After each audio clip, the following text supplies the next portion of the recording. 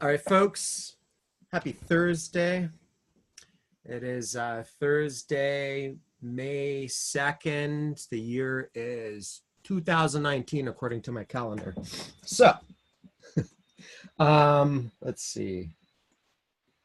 Looking at the Bitcoin. So, obviously, we had a little bit of drama with the whole Bitfinex Tether thing. I'm sure many people have heard about it. If you haven't, then it's all over the news. We'll talk about that later. But effectively, Bitfinex it's getting sued by I think New York Financial Service Department or something like that because there's like 800 million missing from their tether reserves, so on and so forth. Lots of articles on it.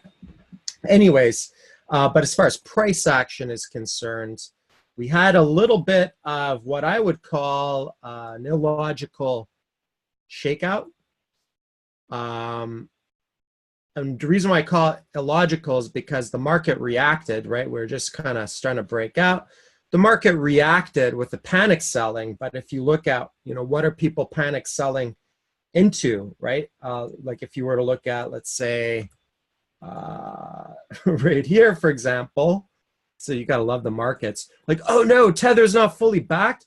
Let me panic dump my Bitcoin into Tether, right? As you can see on these USDT charts. So obviously that's kind of silly and just a knee-jerk reaction. So in my opinion, the logical approach to, let's say, Tether was a scam. It's not a scam. What's interesting with all of this is what's come to light is there's been a lot of speculation as to whether or not Tether was backed or whether it was just like fractional reserves or a Ponzi or this and that.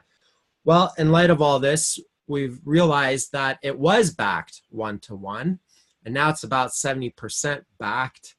And now it turns out that the real culprits that the US is going after is Crypto Capital, which is kind of like a crypto shadow banking service that's been providing, illegal banking services to crypto exchanges.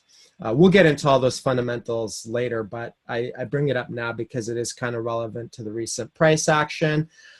I mean, obviously, having any form of pullback here, close to prior support is not a surprise. But what I find interesting about looking at this price is it appears to be consolidating. So we did have a shakeout, but it's still somewhat holding higher lows.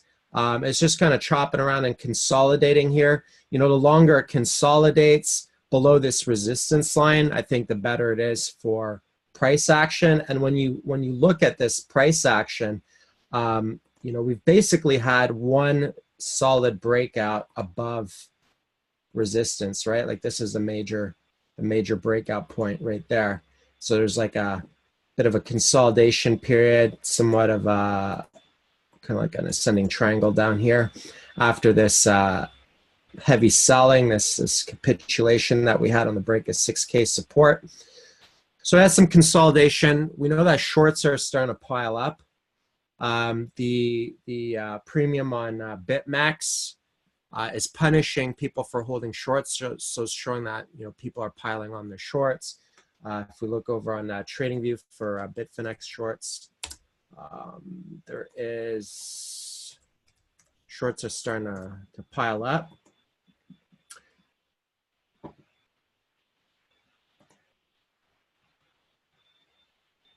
So, we could be winding up for a nice short squeeze. Time will tell. So far, obviously nothing has changed with my investments. So just kind of trend riding right now. What I'd like to see, I think what would be the most bullish case scenario is if we did break above this line. In my opinion, that would be some very bullish confirmation. Of course, it would be a bumpy ride. If we did come up and pop up above there, then there'd likely be a retest and so on and so forth. To me, if we did break above that line, I would say that would actually it seems like that would accelerate the accumulation period a bit, because that would actually take us back into everything above the 6K support zone. Whereas if we did have a bit of a dump, then the most natural place for a pullback on this would be the retest prior resistance turn support. Now, it seems to me that market sentiment is still very much leaning towards bearish. I'm seeing a lot more posts on Twitter about shorting than I did up here. It's kind of, when you look at the meta trend and you look at the overall larger market sentiment, you can kind of see certain things almost kind of seem like they become a bit of a crowded trade, and certain types of attitudes kind of seem like they become a bit of a crowded trade as far as market sentiment. So, when we're up here, some of you who have been with us for a while, or who lived through this, will likely remember that it was actually very, very popular to make fun of people taking profits. It was kind of like, strong hands was the name of the game, because strong hands was the theme of 2017, right? So basically, often people would get shaken out of their positions too soon. They try to call tops too soon all along the trend. And so, once you're up here, strong hands, all of a sudden everyone's preaching, oh, you have to have strong hands, you have to have strong hands. Those who didn't have strong hands never got the gains, and all that stuff, right? But that's hindsight, that's after the fact. And now it's very popular. All of a sudden everyone and their grandmother's shorting. It's like, oh, the price has dropped 80+%. Now it's super trending popular to short. Well, that starts, market sentiment wise, that seems to be a little bit crowded too. That said, obviously we could have a little bit of a pullback. Chris posted a chart in the chat, so I'm going to throw this up here and we'll look at this chart. All right, so this is basically Chris's trade right here. So he had a nice entry on this breakout. I'll add my 2 Satoshis, and then I'll go back to nursing this migraine. Sounds good. Yeah, so basically, really no change since last week. And the one kind of important lesson that I think we can talk about or show from last week is how, when an emotional news piece comes out, it's really important to identify your stop zone where the market should not go. Because, and I think I posted this in the market chat, where I said, if you have bearish news, and obviously there's almost always an emotional reaction intraday. So, we were chatting with everybody after the news broke, and there's always a lot of tension, emotions, and just kind of opinions, and there's a lot of anxiety and activity that happens after a big news event like that, right? But it's important to kind of see the forest through the trees and recognize when price action or a trend is still intact. And we saw this a lot with even more so like in 2016, where there was like even bigger bearish news, like when Bitfinex got hacked. Rock, do you remember how much they actually lost initially in that hack? Oh boy. Anybody remember?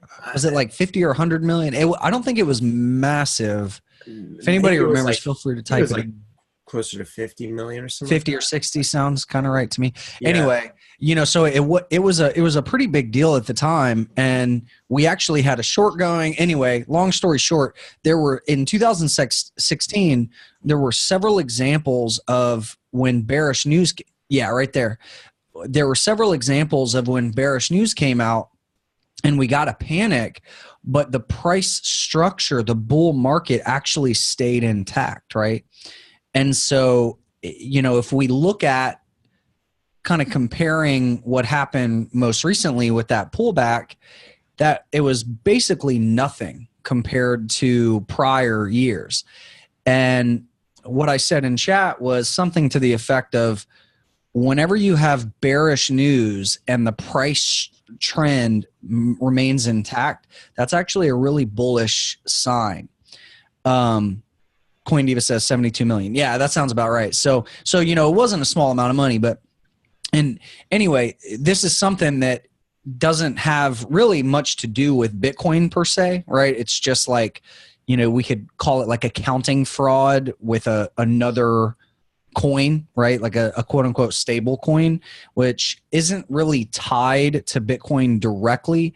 Like it can affect Bitcoin's price. And one thing, just kind of on the risk side, looking at the current market, right now, I think what Coinbase is trading, Coinbase and most of the other exchanges are trading around like 5,400, and Bitfinex is trading around 5,700. That's actually a pretty risky sign when that starts to happen. That usually means there's issues with the exchanges. We saw this with Mount Gox back in 2013 or early part of 2014, whenever they started having issues. Whenever it's never a good thing whenever you start to see an exchange where their price is dramatically different from other exchanges. That's my point. So there is still risk in this, but the fact that it was just kind of a one-day quote-unquote panic, which really wasn't even that big of a panic, and the trend line of support held up, the 5K emotional price level held up, that at least for the time being is a pretty bullish sign. Yeah, absolutely. And for anyone who's curious as to why there's a significant premium on Bitfinex, it's basically just people withdrawing their money. So the fastest way to withdraw your money off of the exchange is not through fiat. Obviously, especially if they're having fiat issues and banking issues, it's basically to buy Bitcoin or other crypto and then to withdraw. And we did see that with Quadriga as well. There was about a 15% premium on the Quadriga CX price when Cotton's death was announced. And I remember at the time, and I had a decent chunk of change on there. So I remember at the time looking at taking a 15% haircut, and I was like, I could withdraw. It'll take 24 hours for it to process. Then I'll take a 15% haircut. So I was hesitant. In hindsight, I should have taken the haircut. Obviously, I would have saved a lot of money. So for anybody who has any significant money on Bitfinex, like even if they survive this, even if they, if this all blows over, in my opinion, it's just not worth the risk. Anytime you see weakness in a crypto exchange, it's really just best to just take your money off. It's a part of managing counterparty risk. It should be an automatic, even if you're going to take a smaller haircut. At the end of the day, it's better to take that haircut than to risk losing it all, right? And like with Quadriga, I would have lost 15%, but it's better than 100%. So yeah, that's and you can see on the Bitfinex chart now it's kind of really grinding right up there into that resistance. Yeah, good point. And usually, whenever you start to see an exchange kind of get disjointed like that, there's several different reasons, and some of them are worse than others. But yeah, that's good clarification about Bitfinex and people, just trying to pull their money off of that. And the one interesting thing about both of those exchanges is one thing they had in common is they're using Crypto Capital as a payment processor and bank for some fiat withdrawals. And I wouldn't even be surprised if Crypto Capital owned some of the Quadriga money that's missing. If they're if they're refusing to give 800 million of Tether, or of the money that Bitfinex is missing, some are saying that it was money that was actually seized by the U.S. government, so on and so forth. We'll have more about the story. Obviously, it'll unfold more as we go along. But even just from like a regulatory perspective, I wouldn't want to keep my money on that exchange, because if for whatever reason they get all their assets seized, who wants to wait for a lengthy court procedures that can take years before getting out one's money, right? So, Absolutely. so we got another chart from Chris here on. Yeah, that's the final one that I'm going to show, and then the floor is yours. I'm going to go back to pulling my hair out with this migraine. Yeah, just kind of showing that the trend is still intact. You know, the dollar defended. There was on the same day as the Bitfinex issue, we kind of saw a deeper pullback with most altcoins as well, and the fact that this is actually holding up at that $1.10 price level, that's also pretty bullish. And there's also a price disjointed on Bitfinex as well. That's trading at what, like 135-ish? But the price structure looks really similar too. Yeah, really really nice price structure on Tezos. Oh yeah, there's a little bit of a premium there. Yeah, really nice price structure on Tezos, as Chris is pointing out. You can see that a lot of the throwbacks that we had are very precise, as in, you know, prior resistance turning into support, making higher lows, taking its time. You can kind of see it's like bumped up against some resistance in through here. I think if we can break through that, then we'll likely start getting larger candles, a little bit more momentum. Yep. One thing that's really interesting too is on the BTC charts. You know, this looks a little bit on the ugly side. Initially, you can see that's making higher lows, and there was about 3 tests of resistance in through here. If it consolidates into this area, then it's in the process of forming a nice ascending triangle right on the BTC chart. And then if that were to consolidate a bit and let's say break out, if I were to run a fib, then, you know, it's possible that the thing could pop up another 65% or so to the next level. So that would be a nice increase in USD, especially if Bitcoin stayed stable or if Bitcoin was rising. So far so good in relation to this. Yep. Not a ton for me to do. I'm still getting my passive XTZ coming in every 3 days, which is nice when your position is in profit and the price is above $1 and you get a nice payout. Passive every 3 days is kind of like self-accumulating. Yep. So that's pretty cool. Yeah, and one more thing on so I was just running multiple fibs and measured moves, and the number that I was coming up with as the next level, if we break above 150, is 250. There were like several measured moves of the range and price extensions and stuff like that, and just the biggest confluence that I saw was 250. I don't know if I would take profit there or not. I'd have to see how fast, if and when we get there.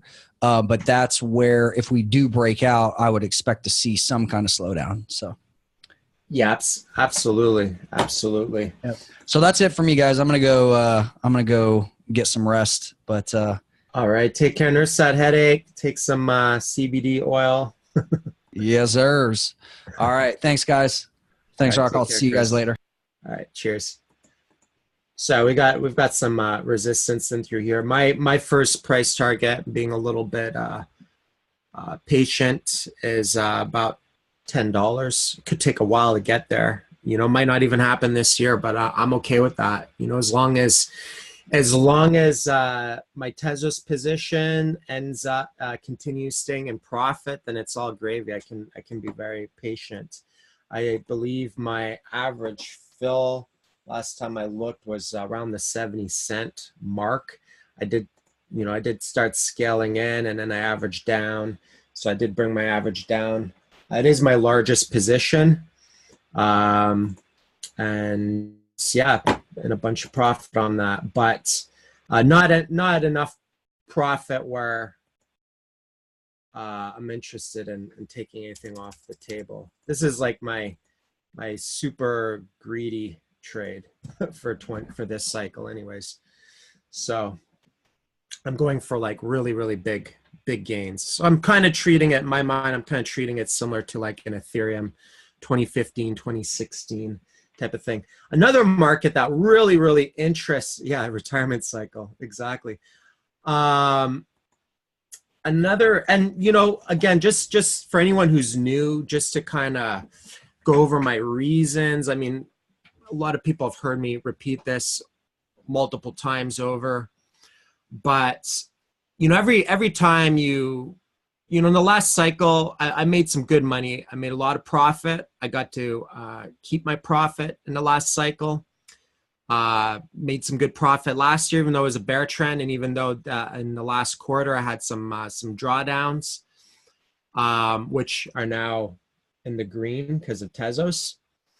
But you know, there's always, even if you do well, there's always room for self-improvement, right? There's always room to learn from the experience, to improve, to get better, to go to a drawing board and to try to refine a strategy.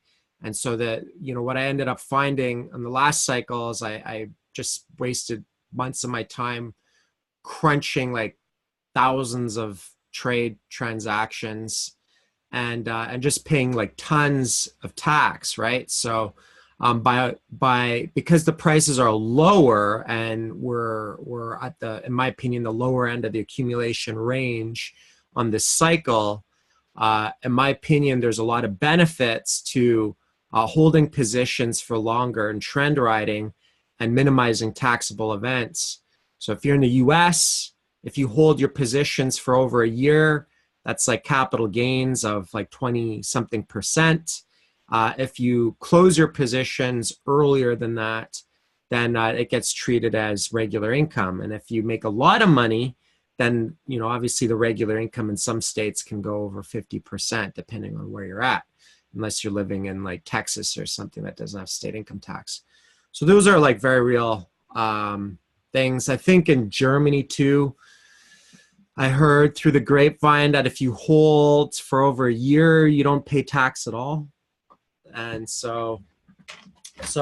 and then one could also, if one wanted to trade smaller time frames and benefit from like try to do both, you could have some coins or some markets, if you're in the States, that you hold for longer. So let's say you had Tezos as an investment you hold for a few years or over a year. And then let's say you picked another few other markets that you trade more frequently.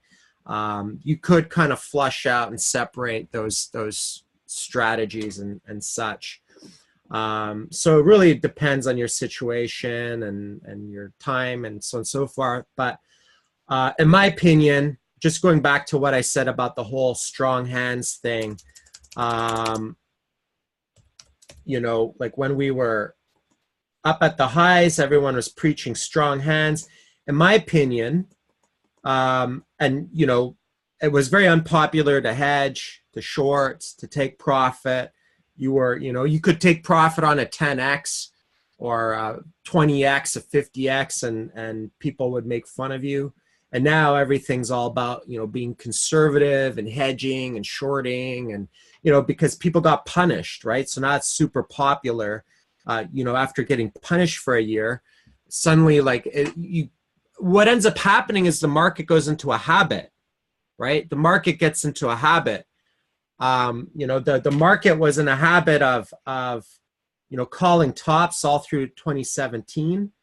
And then when it was actually a top, you know, the habit was strong hands, right?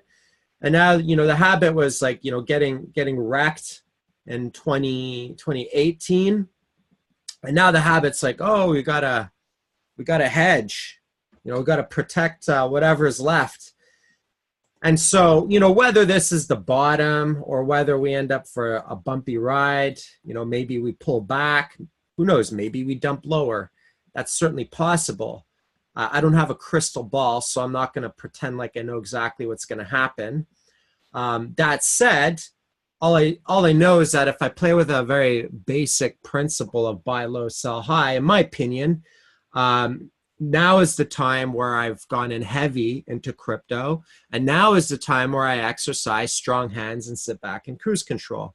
And no one says, you know, it's not going to be a bumpy ride. It probably will be a bumpy ride. There'll probably be some major shakeouts and such along the way, and I'm okay with that. So one thing that I do want to show, though, is that one sign of a bull market is when the corrections are a max of about 40%. So in the last bull market, we had corrections of about, let's say about 30 to 40% ish, right? So you can see this one right here is about, 42% correction. This was like a mini parabola when it broke out. Over here, we had about 40% correction. Right here, about 34%. Here, 34%. This is a small one, 14. This one right here was about 32. We had a deeper one over here.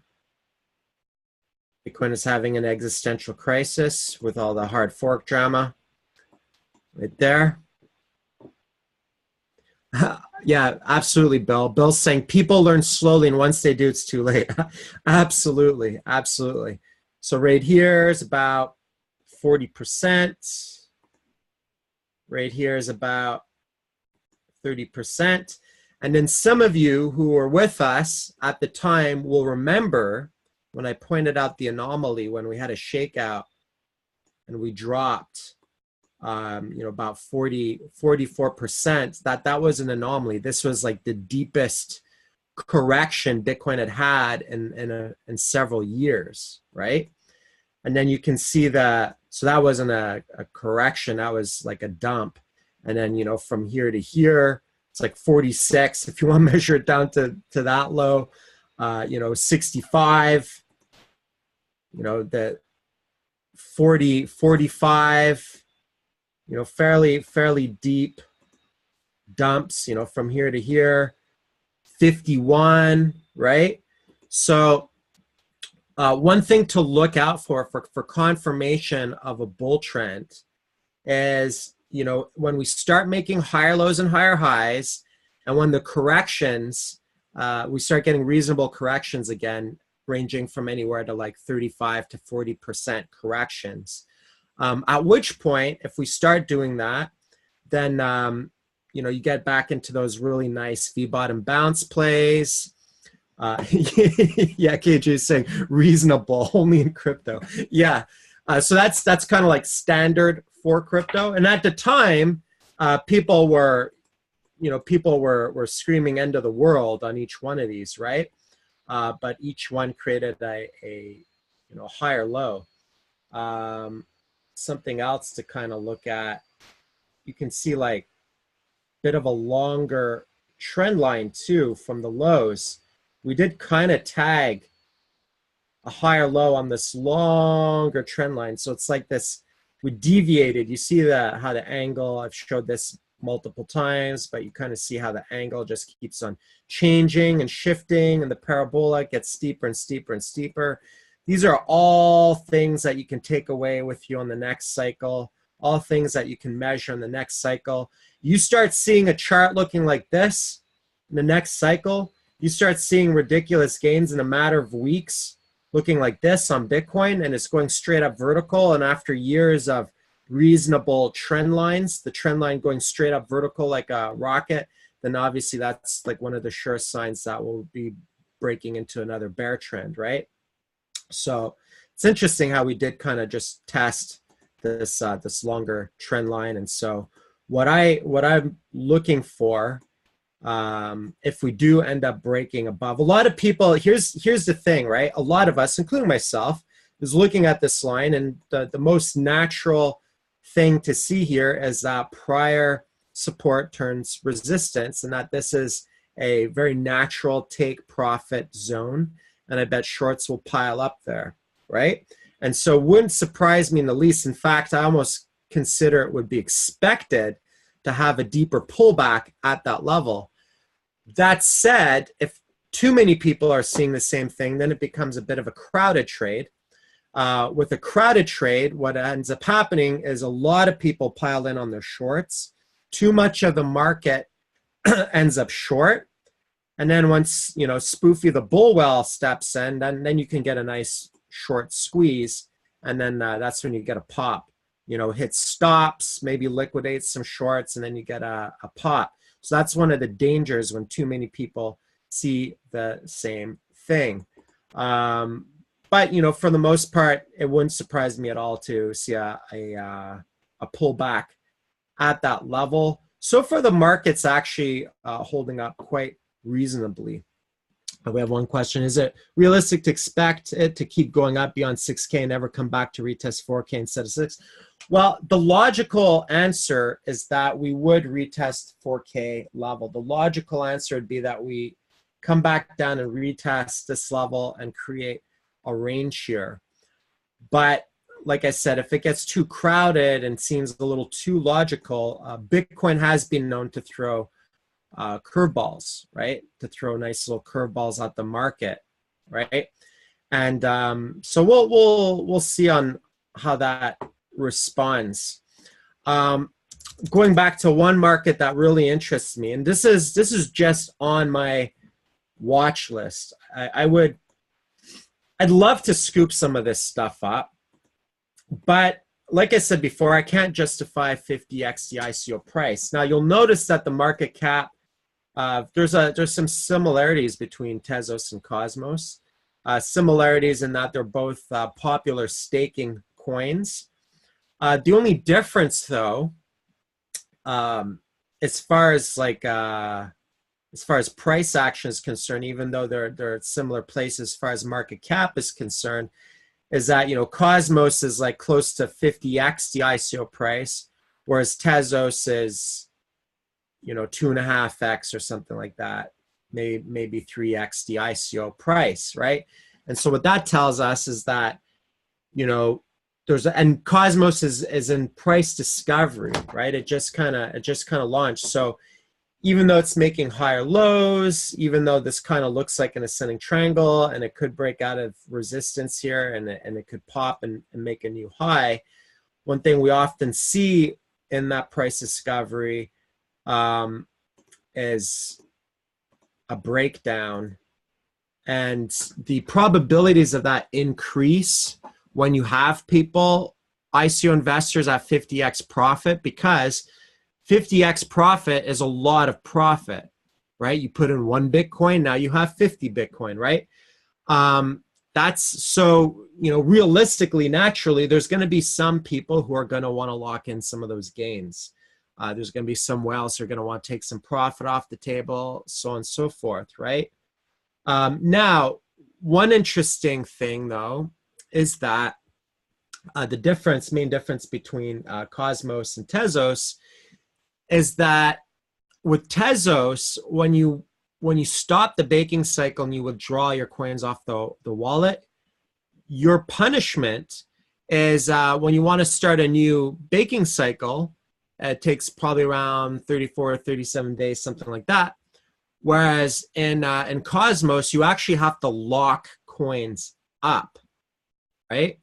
So not everyone has access to their Cosmos right now. And if the price goes up, not everyone could just sell because they're literally locked up. So one could also fundamentally, one could actually look at you know, details on lockup cycles and stuff. And you know, it's possible that if some people, if their coins get unlocked, that they'll want to take some profit. Time will tell. Obviously, the markets can be, you know, can stay illogical longer than one can stay solvent, so on and so forth. Right out of the bat, Cosmos has a lot more volume than Tezos right now. Got listed on Binance and such right off the bat, and some weird random exchanges that probably no one's heard of. You got listed on GDAX and no, that's not GDAX, sorry. That's GDAC, the Korean version. Anyways, so it's got, you know, anytime you get Binance and some of those other wash trading things, you do get more volume and stuff as well. But I believe it's a matter of time that we will see this Tezos listed on Binance and Coinbase, they've already signaled it by adding support for their wallet. So that's a matter of time. And then there's usually an interesting listing rally that happens, or listing spike. There's another thing that I've kind of noticed with Tezos is it seems to be on its own rhythm, right? Like it has these, 8 to 15% pops in price at different intervals than a lot of the other crypto markets. Sometimes it's in sync, and then sometimes when other things are consolidating and just making smaller gains, it appears that Tezos just, out of the blue has a nice little, nice little pop in price, right?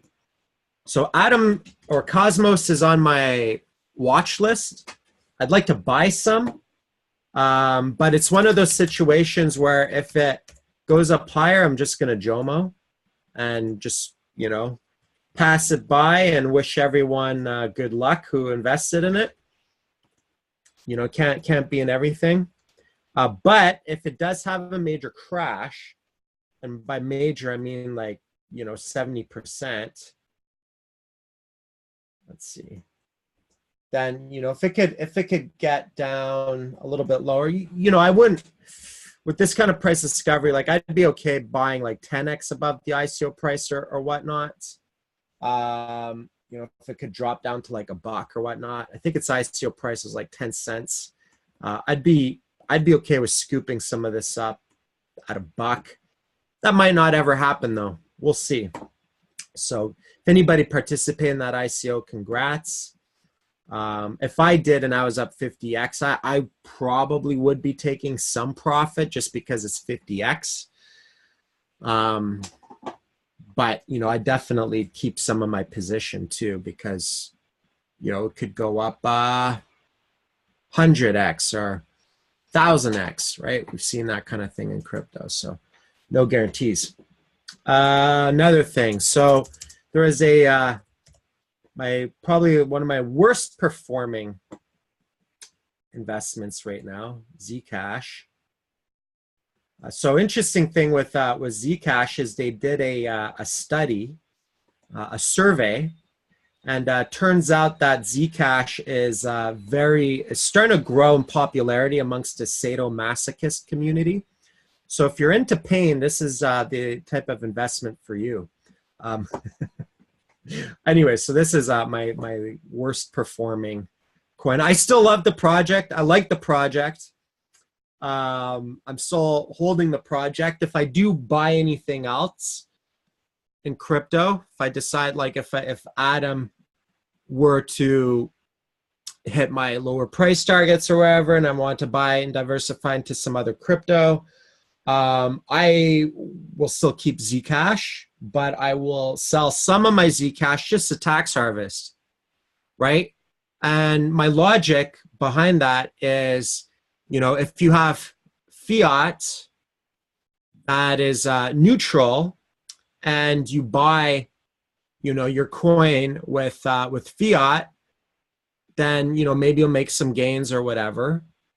But if you have something that's in a big losing position, that's lost a lot, and you lighten up some of that and flip it into another crypto, then you actually get to capture some of that tax loss, which can offset future gains, right? So depending on your jurisdiction, I know in Canada, I think I can carry forward a tax loss on capital gains like 20 years. I could carry it backwards 3 years. So if there was a crypto that I really liked, I could sell a little bit of my Zcash. I'd still keep some. I still think it's gonna have, one day it's gonna have its moment. One day that moment will likely melt some faces. As far as gains, I wouldn't be surprised to see this project or this coin above $1,000 one day in the next cycle. It's having its time similar to Bitcoin. We just got to get over that high inflation hump with the founder rewards, 20%, and so on and so forth. And this is where kind of like fundamentals get a little bit, they get experimental in crypto, right? So this 20% founder reward. So basically every single Zcash block that gets mined, 20% of those rewards go to the early investors, right? That's an experimental model. That was the first time that I believe that model's been implemented in crypto. So we're now seeing the effects of that type of model. It can lead to perpetual selling, but there are other models that are equally as degenerate, such as a project launching an ICO, keeping 50% of the tokens for themselves and then perpetually dumping their shitty tokens on the markets for years on retail investors, right? This is the nature of crypto and the high risk to high reward. So, as traders and or investors, as long as we know those elements of crypto and as long as we understand those risks and we can manage it, and then try to make some lemonade out of lemons, I should say. For anyone who's not in Zcash, we do have this on the BTC chart. We have this sell-off, low volatility, slow grind sell-off happening on the BTC chart.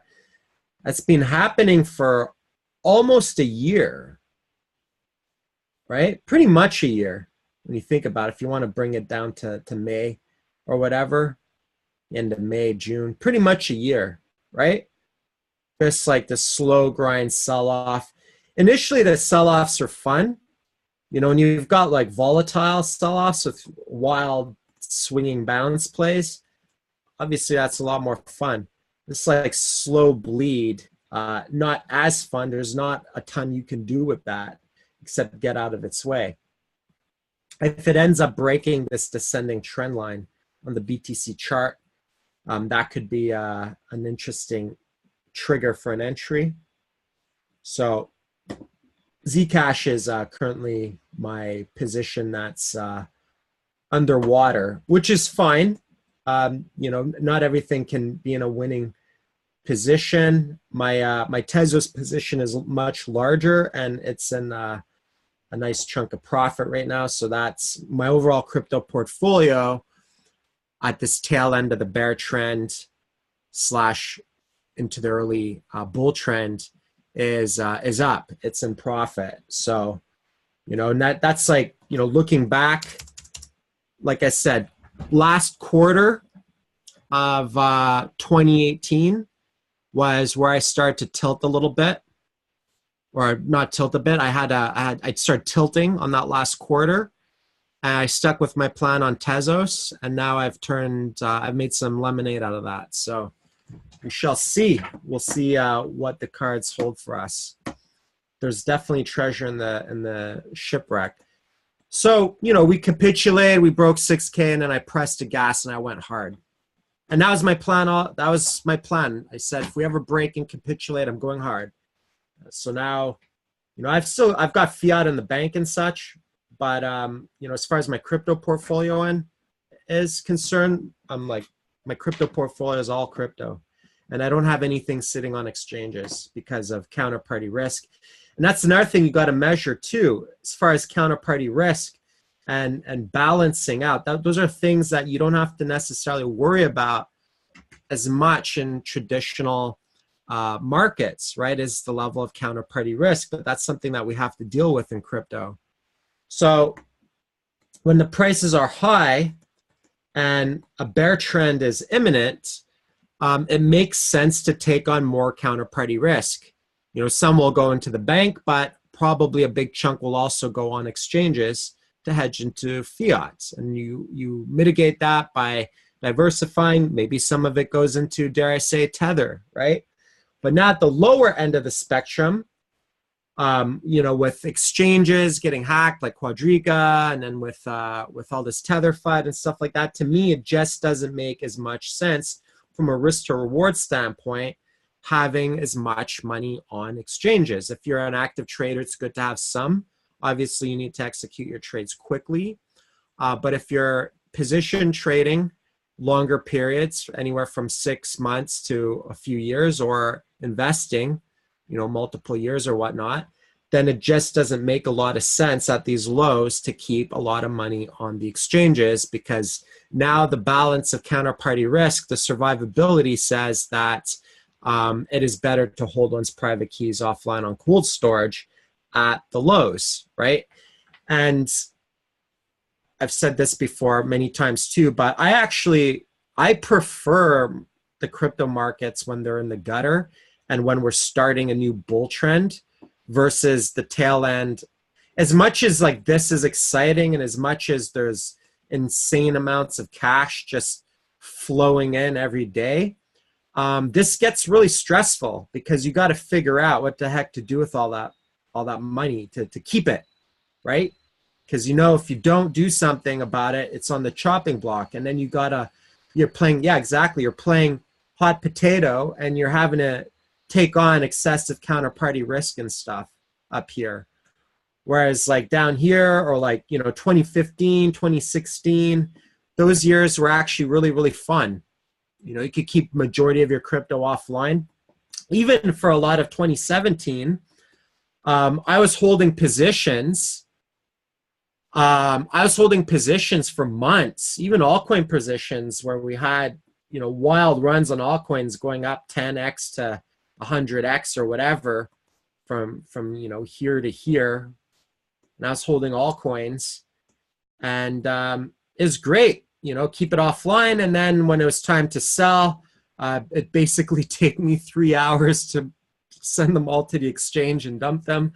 But, well worth the extra time. And so obviously, like after the Quadriga hack, I had to adjust my counterparty risk. That was a bunch of fiat that I was gonna toss into this capitulation that I didn't get to toss, but I still did all right. That's the thing, right? You're gonna take hits in crypto. There's gonna be risks.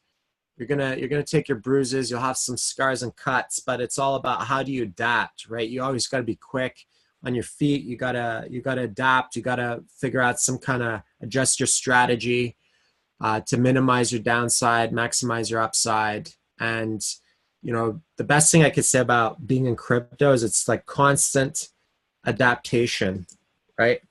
So anyways, looking at other markets, so you can kind of, like I said, you can kind of see that Tezos is up over all the other large caps except for Binance Coin. Let's look at Binance Coin because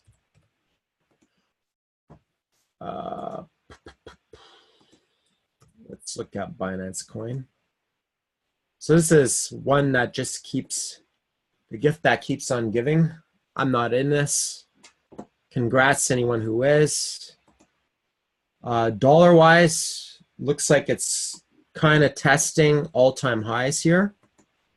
So a breakout could be fairly epic if it did break out. What are my thoughts on GNT? Let's look at GNT. I like GNT. Actually, it's on my on my list to add to my mix. I haven't looked at it though. Well, looks like it's a good thing I didn't add it to my mix because it looks like it's making new lows on the BTC charts. I do like GNT. I don't like it as much though. Like something that's a token on a DApp, in my opinion, requires a smaller position size than something that's on a decentralized network. And the reason for that is because fundamentally, you're taking on more risk because a DApp is more centralized. So in my opinion, the more decentralized your crypto project is, the better it is as an investment, or the less risk it is as an investment.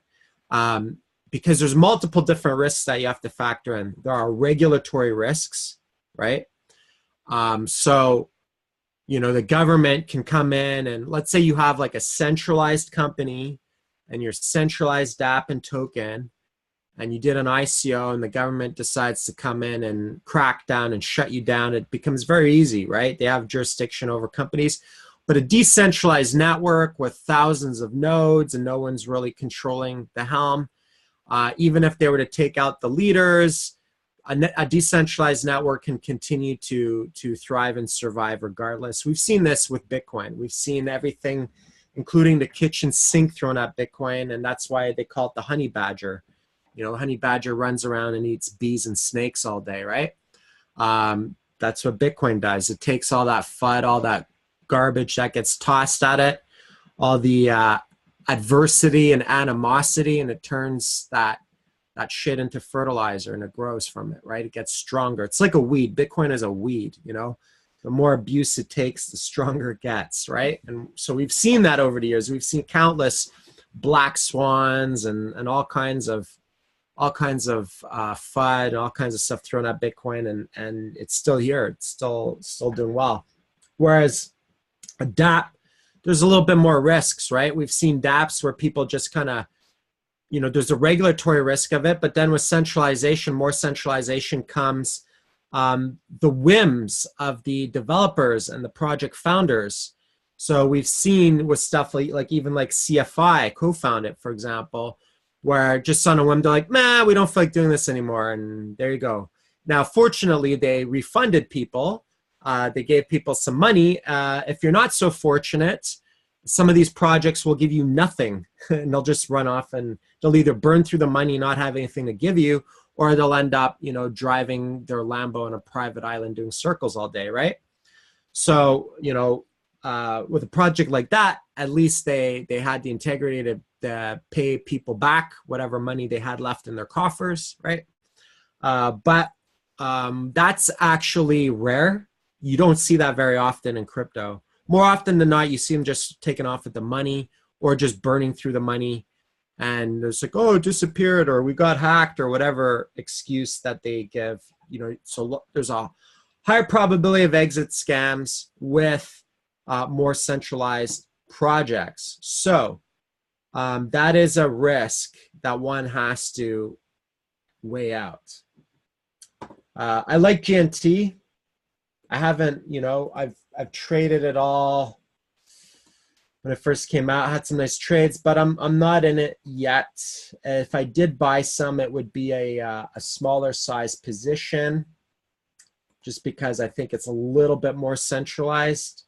You'll notice that my largest positions are in actual networks: Bitcoin, Tezos, Zcash, and majority of my money went into new networks that still, in my opinion, have user adoption, growth potential, and upside price potential. You know, Holochain, stuff like that, right?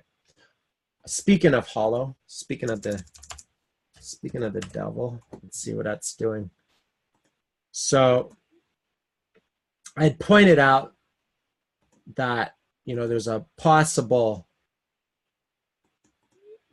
move up on the break of this descending line, but it did a flop and then it just kind of retested support in through here. Now, good news though is that support held up. So if this holds up and it continues on its trajectory, I'm still riding a position from 6 Satoshis for anyone who's new. And again, I'm being patient, right? You could see buy support is increased at that 23 Satoshi mark. Again, this is a, you know, newish project. Like I said before, if this were to break out, I wouldn't be surprised to see, like, you know, 60 Satoshi. And I'll probably take a little bit of profit. That'd be a 10x in Bitcoin terms. That would be my first 10x of this cycle if we hit there. So we'll see. First 10x since 2017, I guess. So we had some nice bounces and stuff on in 2018, but there were no 10x's except for BNB. I think BNB probably did pull off a 10x in 2018. I think BNB was the best performing crypto in the bear trend. And that's also because it's tied. It's very centralized, but it's tied to the success of one of the largest crypto exchanges in the world right now. So we'll look at ZRX. So feel free to throw some tickers in before we go into the news. Look at some tickers. So let's look at ZRX.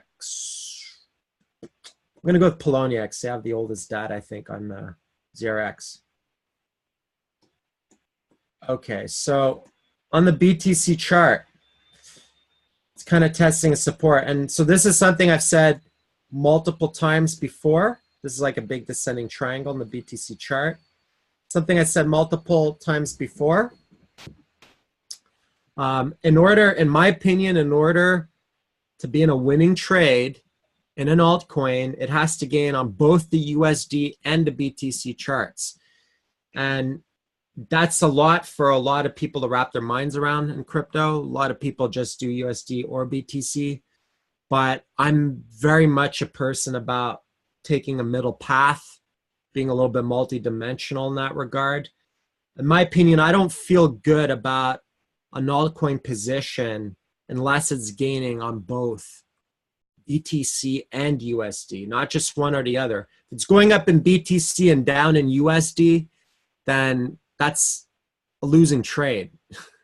If it's going up in USD but down in BTC, it's a winning trade but losing from opportunity cost, because Bitcoin would have produced better results. If it's going down in both USD and BTC, then that's wrecked.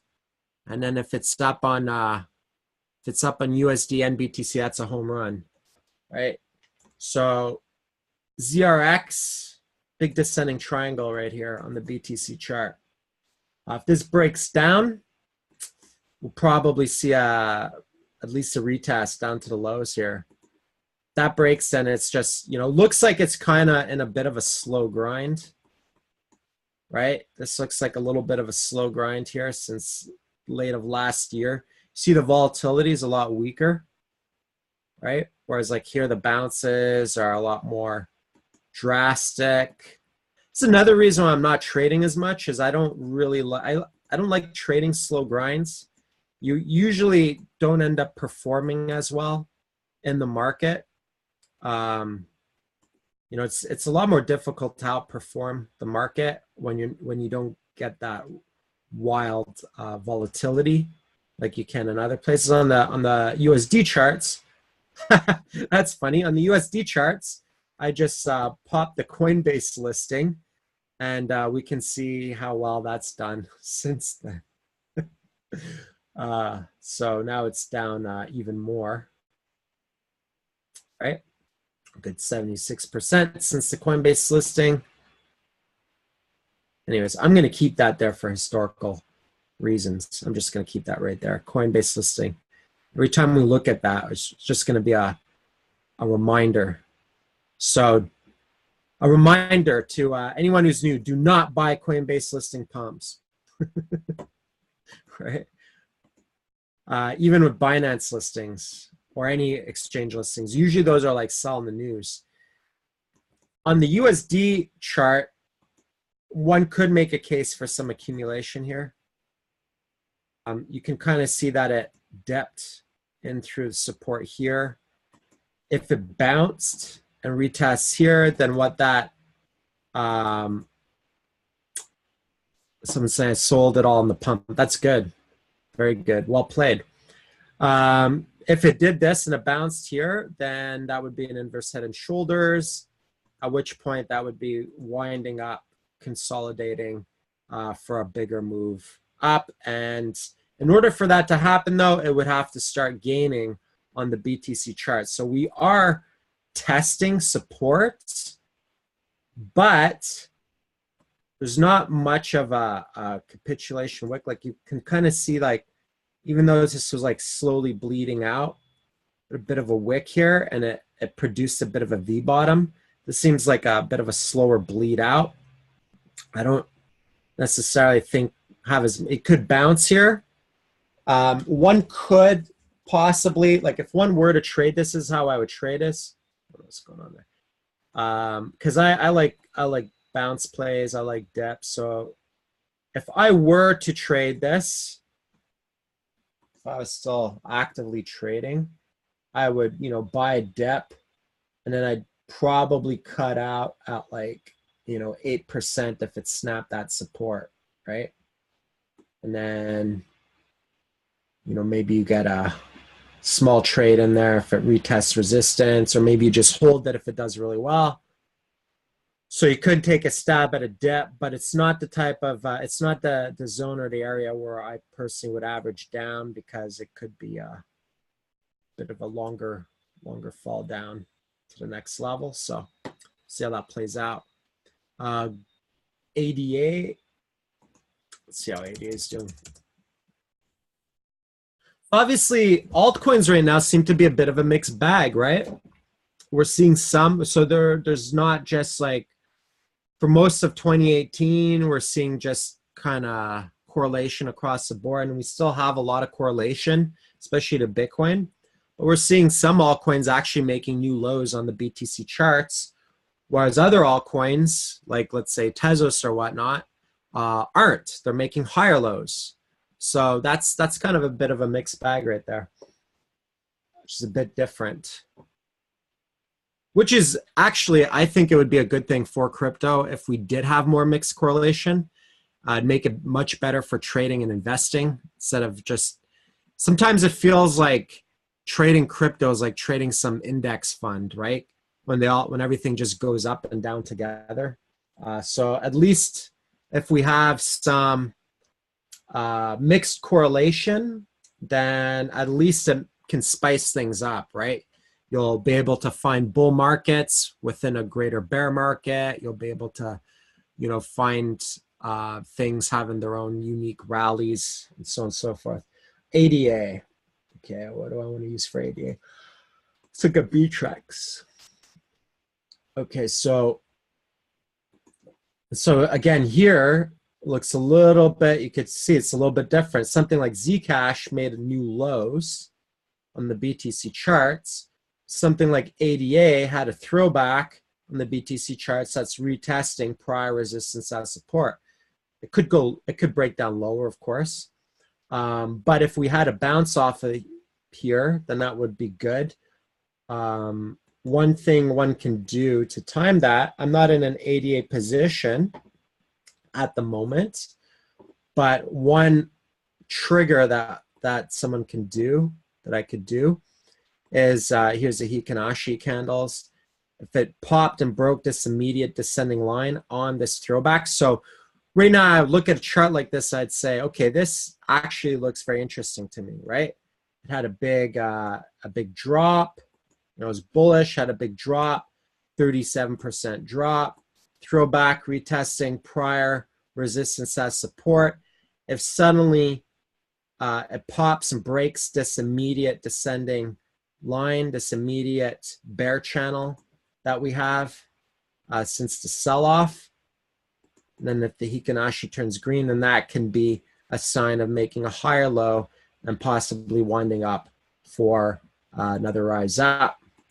If I look at it on the BTC chart, I bet you, or the USD chart, I bet you it just looks like a accumulation. It looks like it kind of broke out of a lower accumulation range and had a throwback, didn't quite test prior resistance, but seems to be bouncing a little bit off of this major support zone right here. And this was kind of support for several months, at least 2 months or so, right?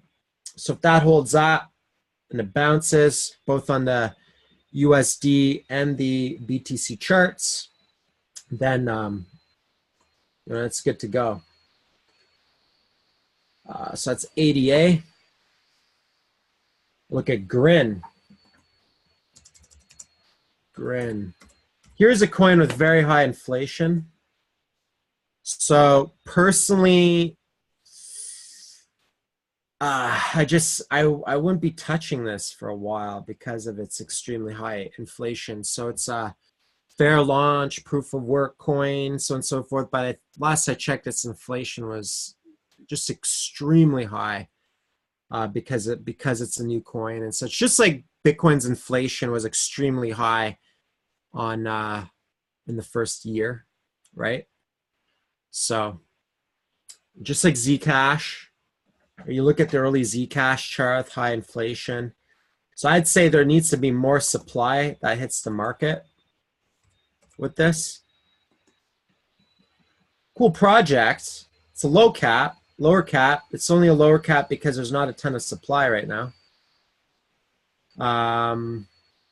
So this is just one of those, and apparently they also purposely gave this a higher supply, higher inflation rate, ongoing inflation rate, so that it was used more as a currency and less as a store of value.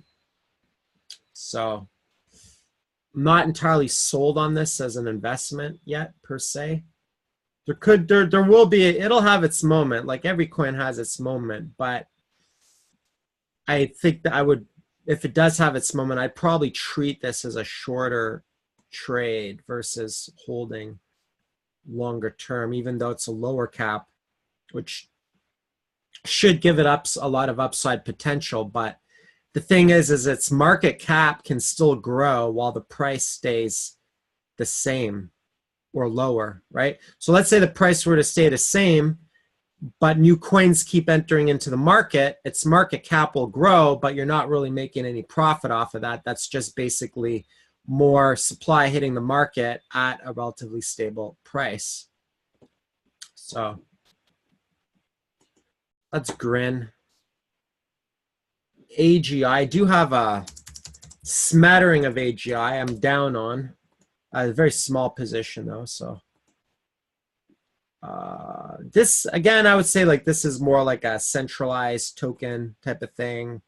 Interesting project. You know, you can kind of see it's at support on the BTC charts. But on the USD chart, it looks like a very nice clean accumulation pattern. So this is put this in a micro cap category or small cap category. Yeah, small cap. I wouldn't say micro. I'd say small. Lowish volume. Mostly from Binance. One big risk, though, with a coin where most of its volume is produced from one exchange is that a delisting of this coin, like if CZ were to suddenly wake up, you know, and sit in his armchair and decide he hates AGI and delist it, it would probably, you know, be the death of this market. So it's an interesting project, and I have some, but if I, you know, this in my opinion would be a very small position size based on market cap, based on centralization, based on the fact that the majority of volume is being produced by one exchange. And then you get this like crazy stuff, like it being at $1.80 on a Korean exchange. I don't know what that's all about. But AGI are evaluating some projects with Domino's Pizzas. That's interesting. CZ and zero gravity chair. Speaking of delisted shitcoins,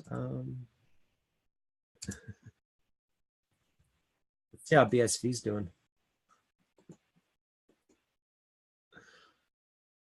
All right, slow kiss of death there. Obviously, you know, BSV's got high volume still, but that volume's been shrinking, right? I would say out of, you know, this split that happened, this little war, this tiff that happened, I'd say BSV is on the losing side of that blockchain war, right? And that's also another thing too. You know, when you look at the charts, the BTC charts, apparently this breakdown of that 6K support right in through this zone, apparently the catalyst for that on a fundamental level was this fork, this hashing war that's happening between you know, BCH and BSV. You know, allegedly according to Craig, you know, they're getting ready to dump a whole crap ton of coins, and we do know that they have a lot of money, so that wouldn't surprise me if they dumped a bunch of coins and, you know, was using that to buy hashing power to have their hashing war. It's never a dull moment. There's a lot of economic warfare that happens in crypto between the various tribal camps. All right, let's see, Poly. Let's look at Poly. I might buy back in on some Poly. It's on my watch list. I haven't been super excited about buying back in. It's like, again, this is like the gift that keeps on giving. So it's made a new low. I did have some Poly for the longest time. I was down on a position. I tax harvested. I think I threw, like most of my tax harvesting, I think I threw all into Tezos anyways. So again, turning some, making lemonade really out of lemons. That said, you know, it's definitely an interesting project. Still somewhat centralized though. Lower cap project.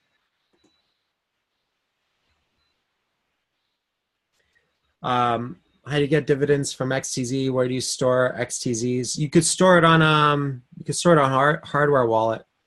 In the resource section, there is in the resource section, I'm gonna just post a little video here. I'll post a tutorial for you. I post in the resource section. There you go. For anybody watching this, if you look at the resources section in the Discord community, I did post a video on how to set up, basically how to store your Tezos on a hardware wallet and set it up to point, delegate, so that you can start making some passive income through a hardware wallet. It's called Liquid Proof of Stake, which means that pretty much everyone can participate in it.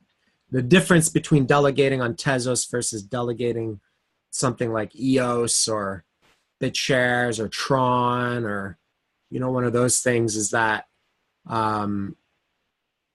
you're not just voting for like 21 block producers, right? You're basically, people are competing, they're offering node services, they're running a node. They'll say, hey, we'll take a 10% fee, but everyone gets a share of the mining rewards in Tezos. So that's what I like about it. There's more participation. And I personally believe that's going to be an extremely, Liquid Proof of Stake is going to be a very popular and successful investment model. I think it's going to attract a lot of big investment capital, in my opinion. We've already seen evidence of this with Coinbase custodial services and stuff listing Tezos. So I think we're just going to see more of that. Okay, I'll look at BAT and then Link, and then we're going to jump into the news. I'll look at VET too. BAT, Link, and VET, and then we'll jump in. BAT. Okay, so BAT. It's an interesting little anomaly, right? It has this huge consolidation, massive kind of ascending triangle, breaks out. Right now in the BTC chart, it looks like it's just kind of retesting that resistance. It's at a bit of a do or die moment. If it bounces off at this area, then chances are, it's a good probability it's going to continue to trend up. You know, having this kind of correction isn't surprising at all. I'd say that's certainly in the realm of healthy correction. That said, if it breaks down below this line, there's a very real possibility that I could end up doing a full retrace down into this zone, right? So for dip buying, this actually kind of makes it very simple to measure risk to reward. If one wanted to knife catch on the BTC charts, if I were knife catching, you know, I'd probably, whoa, I don't know what the hell happened there. Anyways, I'd probably, all right, that's a little bit more reasonable. I'd probably, you know, take a stab at a dip and then set a tightish stop or cut out if it starts to drop. You know, let's say give it some wiggle room of like 6% or whatnot. Although it's a bit of open air, so if that did crack down and drop, then could be fast because the last area of support was over here. But in my opinion, that's a bit of a useless, 20, 25% on a BTC chart.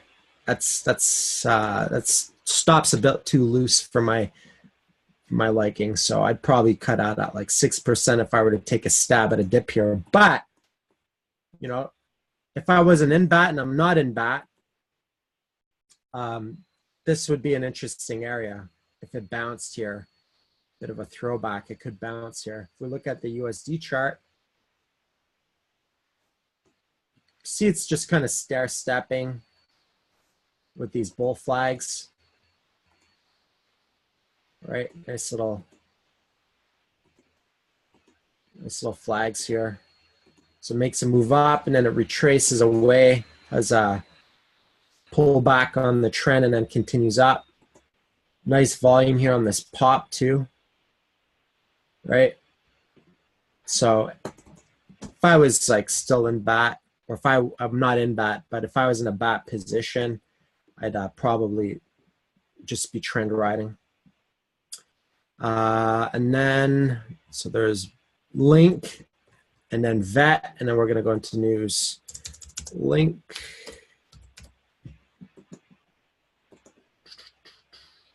Interesting. Okay, so you can kind of see that this is somewhat testing prior resistance zones. Again, it's never like perfect, but a bounce at this level would indicate a higher low. I wouldn't be bad. But, this kind of looks like this is a bit of a slow grind, right? So not my preferred type of knife catching setup, right? I always prefer like the sharp sell-offs that lead to these nice little doji candles or hammer candles or whatnot. Nice sharp V bottoms. Versus like these slower grinds that can take a lot longer to bounce. They can go a lot lower than anticipated. Usually on a slow grind, it produces like a bear channel. Pretty much like every slow grind sell-off produces a bit of a bear channel, right? Where it stays within this range of selling off. And so pulling the trigger on an entry on a slow grind bear channel sell-off is anytime it breaks out of that channel. So in this instance, one could try to like randomly knife catch, but I'd say like the instant it pops out of this immediate descending line, that could be a higher probability entry signal, right? The USD chart, it's kind of, I don't know if there's any markets, more price discovery. It's been going since July. USD chart.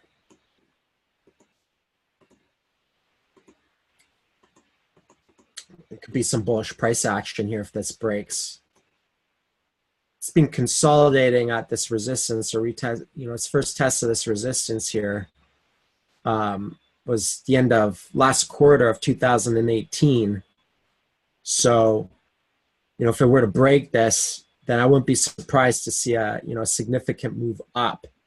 Why being significant is like usually after a multi-month consolidation period, when it does pop, it usually builds up momentum. It'll usually produce candles that'll can sometimes be the entire length of the last gain in one or two candles, right? And you start to see when a trend gets exhausted, when the size of the candles, as they get bigger and bigger, the more parabolic it gets, the bigger the candles will become. So we've showed this in previous lessons and stuff. Like on a real parabolic trend, you'd look at this and it would look like nothing. And then suddenly you get candles that are like this big, right? As far as like all crypto and altcoins are concerned. And that's also a big part of that too is, just demand outpacing liquidity, basically, right? thin order books create for bigger candles as there's a lot of buying demand. And then VET. Let's vet up VET. So this week has certainly been an interesting week for news, that's for sure. No shortage of news events this week. So kind of see it's like retesting on the BTC charts, this lower range here. USD chart, possibility of a bull flag here, right? So how the markets like this respond, it's going to be quite telling, right? So if a market like this breaks this bull flag, similar to what we've been seeing with Tezos starts stepping up on some bull flags and such, or throwbacks, then chances are we produce a nice big candle, probably make it up to at least maybe this level right here. There's some support in through here before a big washout, right? On the USD chart.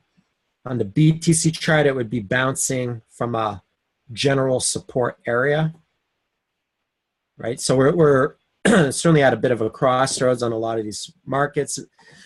They're at a very interesting point on the charts to be paying attention to for anyone who's a bit of a dip buyer. But again, one can set risk and one doesn't have to bag hold or whatnot. For me, like if I'm gonna average down on a dip buy, one of two things has to happen. There's only two trade setups that have to happen as far as me averaging down on a knife catching. Number one is a sharp V bottom, like we saw here. On this, I was averaging down from 8K down to 5,800. And Match just scoops them up on Quadri at 5,800. So I did average down here because this is a sharp, deep sell-off, you know, after a massive parabolic run, epic bounce play. Or if I'm accumulating, like with Tezos, right? If I'm accumulating, then I'll average down because I'll want to buy it as cheap as I can because my goal is to get more Tezos, right? So I usually just ignore the immediate gains or losses on the dollar chart for sanity and you know, just to manage emotions and stick with my plan when I'm accumulating something. So, you know, like accumulations usually like a longer term big picture type of setup where I already have big picture price targets and goals based on you know, various elements, fundamentals, or you know, how strong the technicals are on the charts. So usually when I'm accumulating something, my goal is to get more units of the thing that I'm accumulating versus like obsessing over the dollar value as much, right? It makes it a lot easier to accumulate when you kind of shift the goggles a bit that way. It's like Bitcoin in 2015. Like I didn't give a crap what Bitcoin is doing in 2015. When it dropped down to 166, did I have Bitcoin? You know, let's go back here. When it dropped down to 166, did I have Bitcoin that I bought at higher prices? Yeah, I did, right? I had an average fill. You know, I had some Bitcoin, you know, at the $500 mark from 2014. And then in 2015, that's when I kind of went full time and I was really taking it serious when I went from you know, being in it as a hobby to deciding to shift gears and move into it as a career. I saw that there was an opportunity in the market for me to make up for lost opportunity costs. And what the lost opportunity cost was is that in 2014, when we had this parabola, I thought that I was late to the party, right? Which is kind of funny now, years later, being like, now I'm like an OG because I joined in, you know, I joined tail end of 2013 or whatever, but you know, I was late to the party. It was all 2014 is all experimental and mostly about, you know, losing money, like anyone joining into any new thing. 2015 is when I really start to take it serious and put in like, you know, 15-hour days and just spend all my time in crypto. So, if I had bought some Bitcoin, let's say, I don't know, let's say I bought some at, 260. Like I was getting Bitcoin at multiple areas all through 2015. So, ask me what my average price was at that time. I have no idea. All I knew is that I wanted more units of Bitcoin. That's all that mattered to me. So when we capitulated down to 166, and let's say my Bitcoin holdings was down, I don't know, let's say it was down by 50%, a lot would have really kind of, a lot of people are crying over that. A lot of people are really upset over that. A lot of people actually bought in a lot higher. I ended up buying some at the highs too, but I ended up getting scammed for my Bitcoin. So, in a not so funny way. What did I do? I rejoiced. I was actually happy. I was like, I can't even believe this. Bitcoin for $166 when it was at $1,300. I thought that was a dream. Like, man, I was jealous of people who got in at the lows over here, or even lower. So what did I do? I got excited about more, right? So that's how I treat accumulation. So for me in 2015, my point being is that all I cared about was not how many dollars am I up. All I cared about was how many Bitcoins can I get, right? That was really my goal there, right? Because it's about forest from the trees. And when you look at it in hindsight, it doesn't matter if I was up 50% or 100% of my portfolio at that time. It didn't make a crap difference in hindsight. If I got really fixated on the dollar value, I probably would have sold everything on a double. All right, I doubled my money, and then opportunity costs went up 100x, right? This is the difference between a 2x and a 100x. So ask me why I'm patient now, and that's something that experience tells us, or just kind of back testing some crypto charts, right? It's very, very easy to get blindsided by the trees and fail to see the forest. So, all right. News events. News events.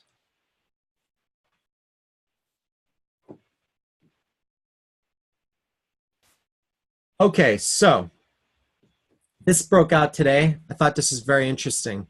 This is kind of fitting what I've been saying for the past, I don't know, at least 6 months, I would say. So Fidelity surveys finds institutional investors are eyeing crypto, right? So about half of institutional investors considering digital assets to be worthy of holding in portfolios, right? So something like Fidelity, they're going to be appealing to that, right? Who are they going for? They're going for pensions, family offices, hedge funds, right? Endowments, foundations, stuff like that. There's a lot of money there sitting on the sidelines, a lot of money. Talked about this many, many, many, many times. The fundamentals of crypto, aside from the technology, we know that the technology is great, right? Even the naysayers know that the technology is great. Even the skeptics in Bitcoin will say, oh, Bitcoin's a scam, but the blockchain technology is great, right? I mean, so no one's arguing about how revolutionary the technology is. We all know we're seeing it. Amazon's creating a blockchain. Everything, who isn't? Everyone's creating a blockchain at this point. Governments are creating blockchains. News broke out recently that the Bank of Canada and another central bank are testing out a blockchain for like interbank trades, right? Sending money between banks, right? So obviously it's good tech. So we know that the fundamentals on the blockchain is good tech. But aside from that, the fundamentals of supply and demand, that's what I'm really interested in as far as my investments are concerned, right? Supply and demand. So we know that, given that we're only, what's the market cap? A couple $100 billion right now. What are we? What's the total market cap? I think it's like 200 billion. 177 billion, right? So a we know the market cap of gold's like 5 trillion just on gold alone, right? We know that with something like gold, there's a lot of portfolios that have gold in their portfolio, just as a hedge, even if it's just a couple percent, right? We know if the average portfolio were to put at least 1% into crypto, right? By average portfolio, I mean pensions, family offices, hedge funds, endowments, foundations, all that stuff, they're to just drop 1%, even if 50% of them just were to drop 1%, we're probably looking at a multi-trillion-dollar market cap for crypto, just in that, just based on the supply and demand dynamics. So this is ultimately, aside from the charts and the technicals of the charts and the simple dynamics of buying low and selling high, the boom bust cycles, aside from the fact that Bitcoin's had multiple boom bust cycles over the course of 10 years that are just making higher lows on an even bigger chart. Each bear trend is just a correction on an even larger bull trend in Bitcoin, similar to the S&P 500, so on and so forth. We know that there's a lot more users on the sidelines, and are they interested? Is there a use case for owning crypto? Absolutely, there's a use case, right? Absolutely, there's a use case. Are there concerns in the economy? Are investment funds looking for alpha? Are they looking for some profit in other markets that can show ridiculous gains? Let me just say this. If you watch crypto investments go up 100 to 1,000x time and time again over the past previous years, and you're running a fund or something and you're not interested in it, well, you know, what does that say? Right? Then that's like not being interested in money, right? And profit, right? So obviously people are going to go where the profit is. That doesn't mean they're going to take on excessive or massive risk. Probably just going to be a few percent at a time. But we know, so what's interesting, and so this is something that I've been just hammering this message over and over again. The structure, basically it's like this. Right now, the mainstream, the big giants, the big money, financial giants, they are building train tracks. What's Fidelity doing right now? By offering people Fidelity, you see it with Bakkt. There's a whole bunch of them that are offering investment opportunities to these funds and such. There's E-Trade, TD Ameritrade, Fidelity, Bakkt, which is backed by the New York Stock Exchange. You know, Nasdaq's getting into it, but like all the big giants, right? Even stuff like Goldman Sachs. Guess who invested in Circle? Goldman Sachs. Guess who owns Poloniex? Circle, right? So it's all, they're getting into the space. They're building picks and shovels. They're not building these pick and shovels for us. They're not building the pick and shovels for the diehard crypto fanatics who've been in crypto earlier than they have. They're latecomers to our game. It's our game, right? So they're latecomers to that. They're building it for the average retail investor, for the average person who's not going to manage their own private keys, who doesn't want to spend the time figuring it all out, and who probably shouldn't try to figure it all out because they're probably going to make a mistake. They might lose their private keys. They might get hacked or whatever. There's a lot of ways for make mistakes. So what are they going to do? They're going to go out and they're going to buy something, you know, like an ETF or some kind of fund, or buy it through a TD Ameritrade or Bakkt or one of these things, right? So this is interesting, right? They're doing a survey because they're vetting out their own clients because Fidelity is going to offer them crypto, right? So they want to see what their market demand is. When you see all of these big players moving at the same time, they're competing with each other right now. Who's going to get the majority of the market share? They're competing for market share in this space. They're going for the retail money. They're going for the institutional money, right? Without those on-ramps, there's a high probability that the majority of institutional money and the majority of retail investors will not buy into crypto. There's actually a high probability that won't happen because of its complexities and because of the myriads of ways that you can lose money in crypto. And we've all seen it. We've all probably got scammed or lost money in crypto, right? And also counterparty risk. And if you're an early adopter and you came in before the next wave of retail, then technically you're still an early adopter, and you've had to suffer a little bit more, right?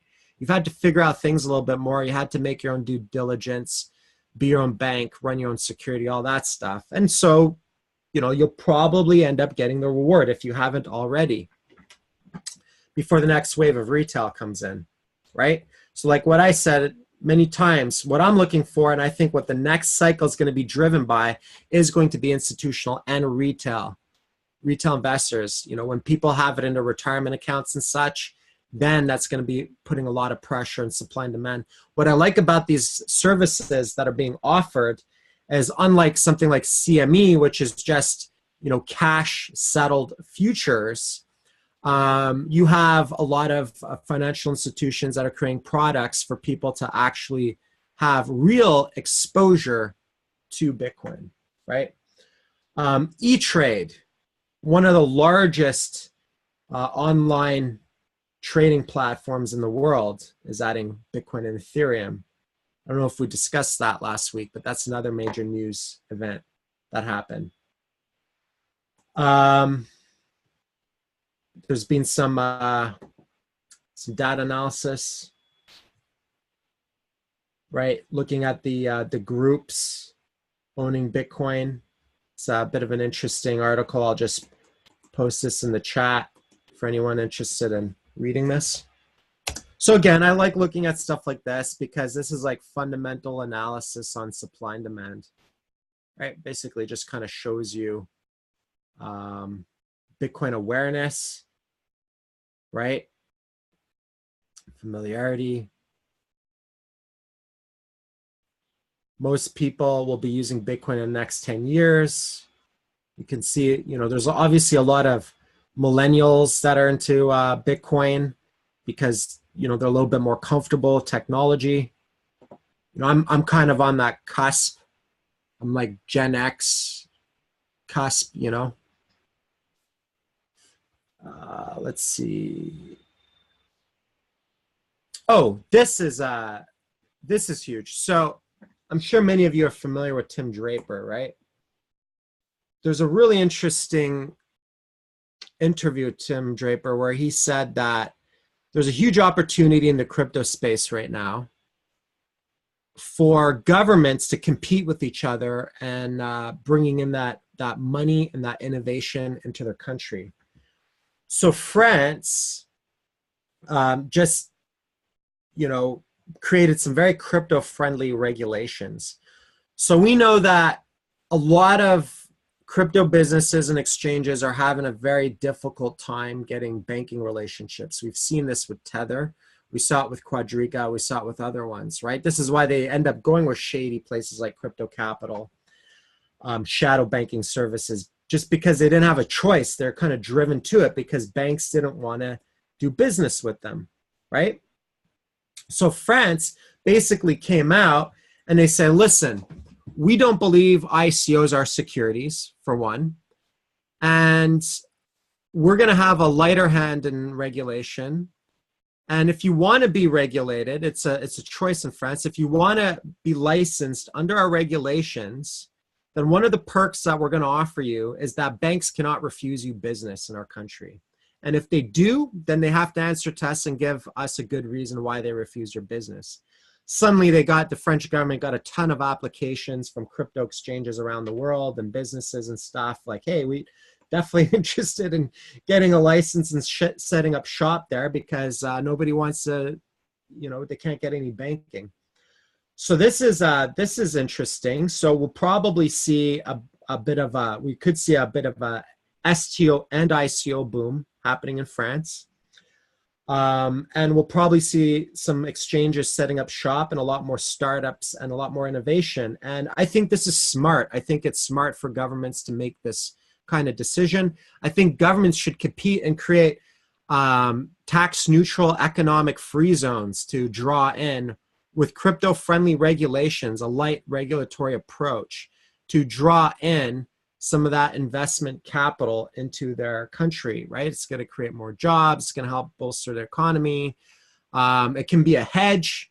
You know, obviously the other stock markets and stuff, we're seeing all-time highs, bumping up to resistance on the S&P 500 and the Dow Jones and such. We haven't had a recession in 10 years, right? It would make sense. You know, we've seen kind of like older industries like oil, which used to be giants. They're on a bit of a slump decline, right? Eventually that'll probably get phased out as technology evolves more, things like Tesla and such, as that trend continues on its trajectory.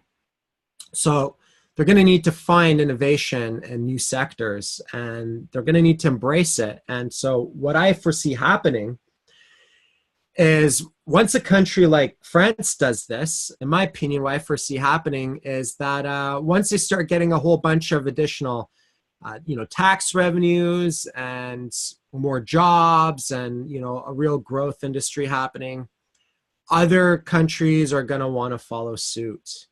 And, the fact that a nation like France is doing it, someone who's, one of the top players as far as nations are concerned, an old empire, if you will, then that'll certainly add some pressure as far as competition is concerned, right? So that's, it's one thing to have like fringe places like Malta or, Grand Cayman or whatever being crypto friendly. Those places have often been very friendly to business. They're often very business. That's their entire industry, what their industry is based on.